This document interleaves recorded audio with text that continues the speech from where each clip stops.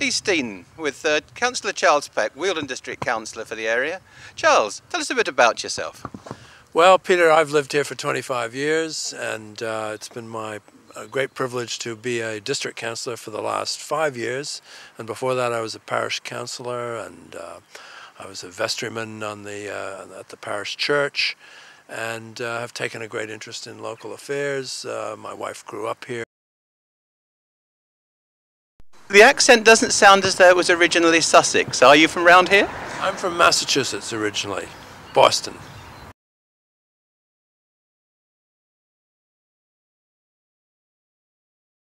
What brought you into local politics in East Dean?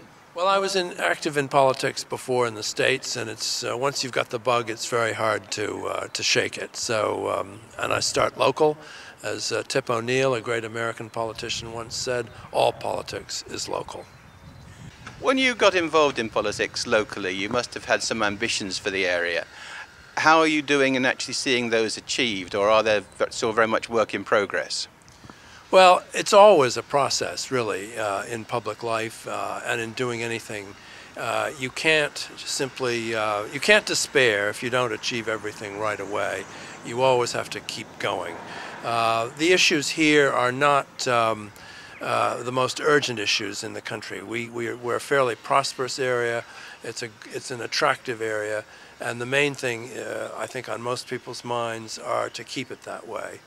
So a lot of my work involves trying to influence planning decisions in such a way that we get the best result for both people living here as well as for the applicant for the particular planning matter.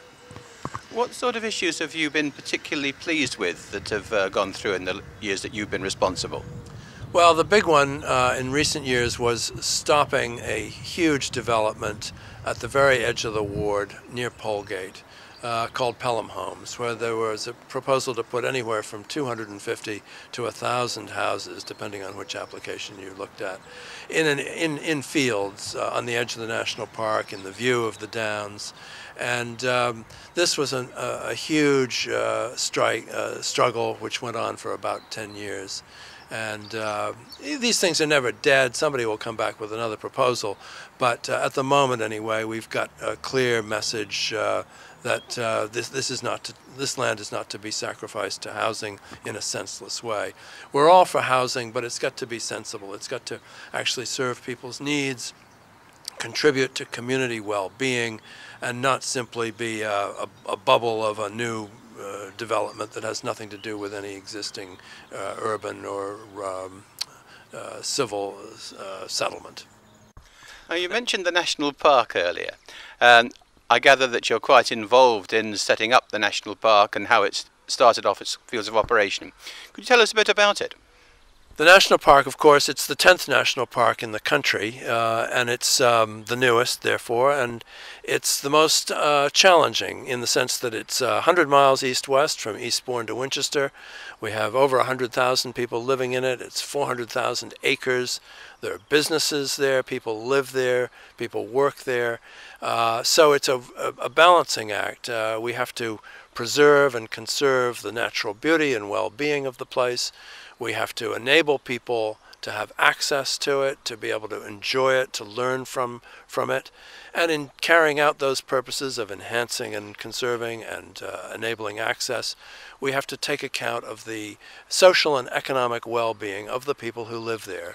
It's not something simply to be put in aspic and preserved, but it's something that's to be improved as a kind of beacon on the hill for everyone in the country. It's a national park. So you talk about allowing certain developments. Are there areas within the park that you'd like to highlight that sustainable development, in your view, is able to be continued? Well, as I'm on the planning committee for the national park, I'm not going to try to identify areas where sustainable development, whatever that means, is something that's being targeted. It's a question of planning policy. The park is developing its own policies. For the moment, we use the existing policies of the 15 local authorities whose lands make up the park. So obviously, we're not opposed to development. And it does have to be sustainable. And what does sustainable mean? Well, it means something that is going to make a sensible future, which does not add further burdens to society, does not contribute further pollution or raise further problems. It's got to be sensible. I know that you've been particularly interested in some new build in the village here, which at a distance doesn't look like new build at all, but has been some holiday lets just across the fields from us. Well, that is a very good point, Peter.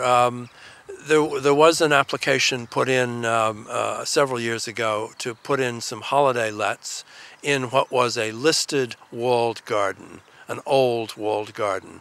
The garden probably hadn't functioned since World War II.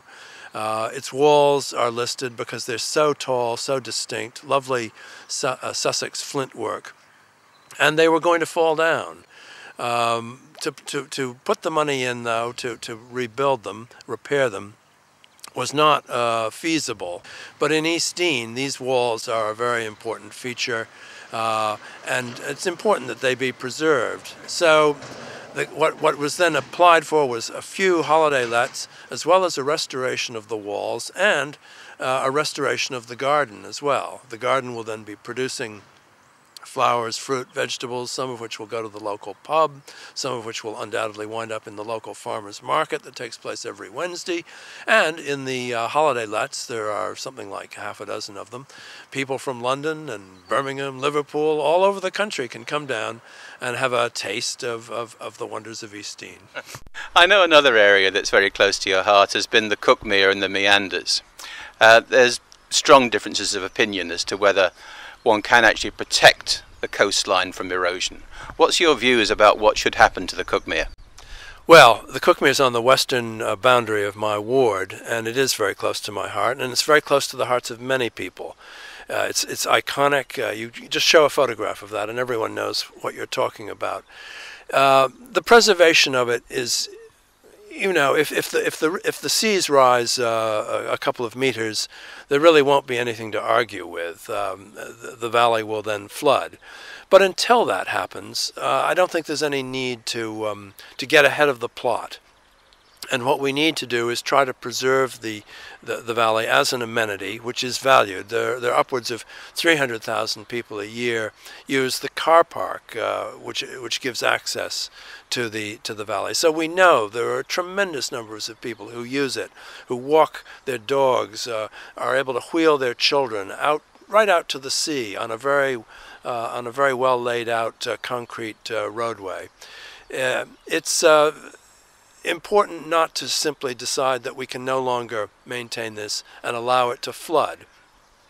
The Victorians built a cut there which helps to drain the valley.